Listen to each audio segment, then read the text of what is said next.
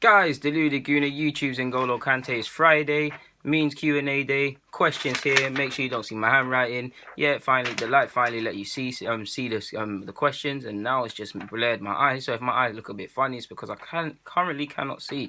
But yeah, YouTube's N'Golo Kante. It's Friday. Sit back, relax, grab your tea, grab your dinner, whatever you're doing as you listen to this, and let me answer your questions. So let's crack right on, man. I've done enough waffling. Boy, that name's a man. Van of the Sam, in brackets AK47 Arsenal. Sorry, bro, but your username's mad still. He asks this: do you want the next AFC manager to follow the so-called AFC way or scrap it and establish his own style? Both. I believe you can play the Arsenal way of playing nice football and all of these things as well as establishing your own. Why I say that? Pep Guardiola. He's managed 3 teams in my time, right? City are no way finished by any stretch of the imagination, and they're not at the level of his Bayern Munich side or his Barcelona side. But his Barcelona side, his Munich side, and his City side, all different ways of playing football. But loosely, Pep Guardiola's principles are still there. Still pressing high up the field to regain it. Still running a lot. Still playing attractive football. It might not be as refined as it was the tiki-taka stuff that he said he hated upon leaving Barcelona. It might not be that, but it's still attractive football. It's still stuff like that. So if a manager's able to do that, yes, I personally think these things are very overrated in the sense that people always say, oh, we can't get this manager because we're going to do this. That's not always the case. But yeah, if someone's on that sort of stuff that I've just given an example, why not? Hopefully that answers your question, bro. Barry Nichols, why haven't Everton got a new manager yet? Big issues if Big Sam turning them down is true. Bro, I don't know why they ain't got another manager. I have a spare a thought for the Everton fans. They must be thinking what's going on. Apparently Marco Silva was on it, but Watford said no. I don't know what's going on there, bro. I don't know how to answer that. I mean, if an Everton fan knows what's up, get in the comments. I don't know how to answer that, bro. I mean, just incompetentness from the board, to be honest with you. Just straight up incompetence. That's all I can say on that matter, broski. But yeah, next question. At Ben2Benif. I always have a problem saying your name, but shout out to you because you're always asking questions. I appreciate that. Good idea for big clubs in England to implement Plan B/B teams, which play in League 1/2 like other lands. I don't agree, bro. I don't agree. I mean, I'm not disagreeing with the idea. I'd love the clubs to be able to play teams in the second division and League 1.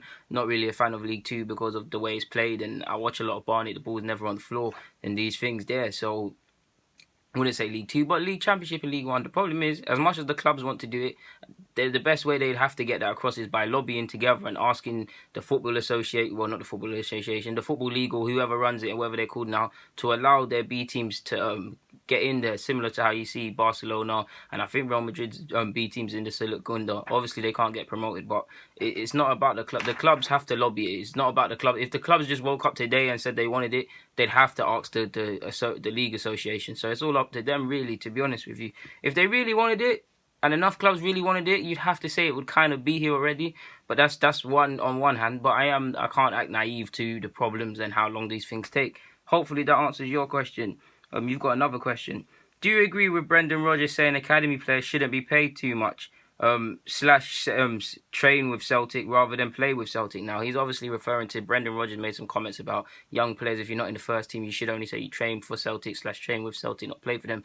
And I agree. I agree on one hand because players get too much these days and you want something to strive for and them things there. I've lifted them in many videos. I don't want to go in depth on that. I agree on one hand. But on the other hand, I have to say it could work. It could work on the flip side in that someone is proud to say they play for Celtic. Let's just say someone is well behaved. They're always on time. They're this and that. They're proud to say they play for Celtic. They don't necessarily brag and things like that. They'd be more than welcome to do that. Added to that, we live in a day and age of social media. Players know that, and the nature of football now, players know their worth before they've even achieved something. How many youngsters, I always say everybody's got potential at 16, 17. However, how many youngsters are the next this, the next that? How many youngsters do you see leaving one big club to go to another or running down a contract? There's always these new stories. So it is a bit of an impossible dream in a sense. So hopefully that answers your question. And you've got another. Do you see Messi playing for an English club? I have to admit, I can't see that happening. But, I mean, the only clubs he could play for in theory based on the fact that they could afford him, City, of course, Manchester United, and Chelsea. That's where Chelsea got them bans, man. So Chelsea, they're the only clubs that could really do that. So I can't see it, but they're the only clubs that could do that, bro. That answers all your questions. At Carsland Doji, forgive me, bro, I can't say that. Arsenal linked with Marouane Fellaini. What are your thoughts? Fellaini's alright, but nah, man, not my cup of tea. Not my cup of tea. On theory, it'd add some steel into our midfield, but nah, man, hopefully that one just stays as a rumour. Your next question. Is Titi, I can't even pronounce his name, that's bad of me because I support Brazil, the Brazilian manager. Is Titi the most underrated manager in the world? He has worked wonders for Brazil. You could say that. I mean, when he's working wonders, he's getting whispered. You've seen his previous work. I believe, excluding Russia, Brazil were the first side to qualify for the next World Cup.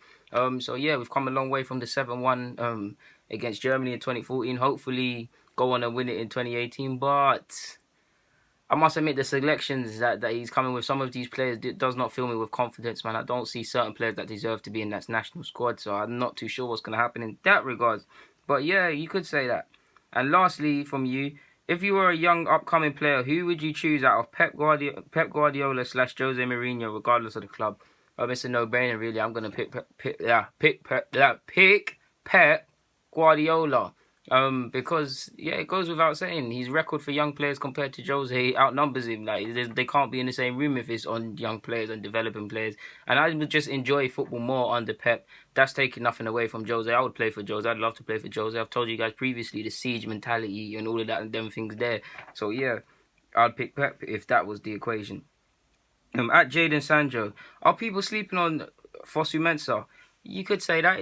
I know we lost his cheek when he played for England and done his thing, but Mensah's quietly going about his business for Palace, man. He's doing his thing on loan. He's playing good in big games.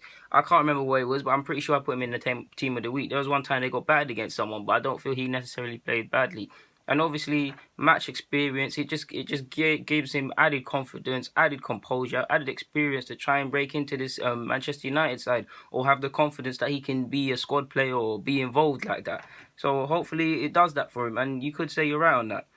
At A7 Hakeem, would Fekir be a good start to a revolution? I mean, how long's we've been down this, bro. How long is a piece of string? Like, how long have we said revolution, this will do this? I mean, if Alexis Sanchez can come to this club and we can arguably get worse in the sense that when we never had him, we were always in the champs, I wouldn't say no. It will be a lovely signing, but for me to start revolution, we need to see the mentality change from the top, and then it filters down to the bottom. But we know the shepherd of this club only cares for profit, only cares for peas, only cares for money.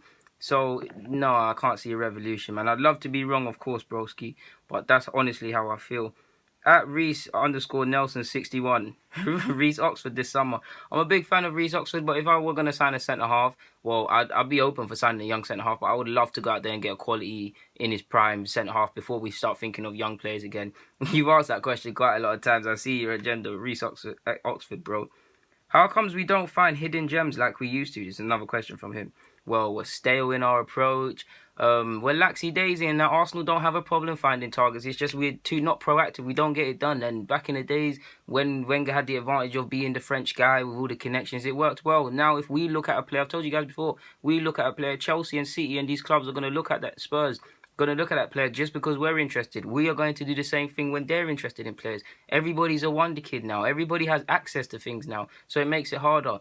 We're not innovative in that aspect anymore. When we see these gems, we take too long. We've got managers proud to pronounce that they knew Kante since 14. Okay, that's good for you, but it's benefited Chelsea. Actually, they didn't know him since he was 14. They just bought him when they could see he was a good footballer and won the league. E.g. with Leicester as well.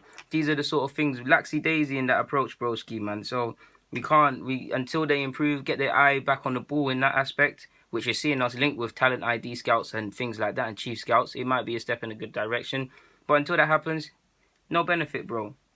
And you've got another question. Shout out to you, man. You're asking better questions. Wilshere to stay and sign a new deal. Of course, bro. He said it himself.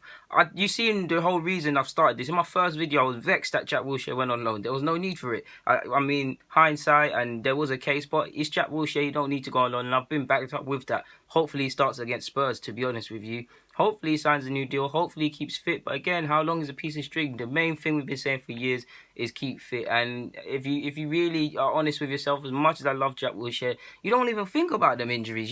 You're kind of expecting it. By God's grace, it doesn't happen. But yeah, hopefully that answers your question. I hopefully stays, signs that new deal. I think he will.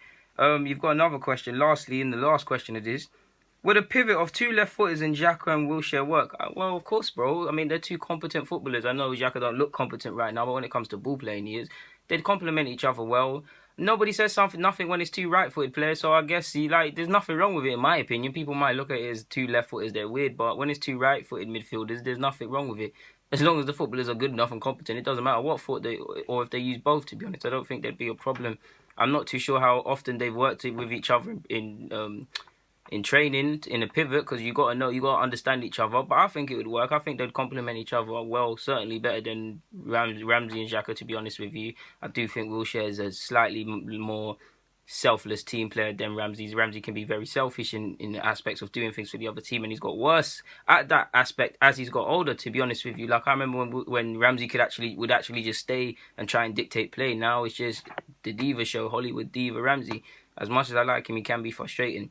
So yeah, guys, Deluded Gooner, I'm signing out. Thank you for the Q&A. Obviously, we've got Arsenal versus Spurs tomorrow. Pray for Arsenal if you don't support Arsenal. DG, I'm signing out. Thank you for watching. Of course, it means the world. Out.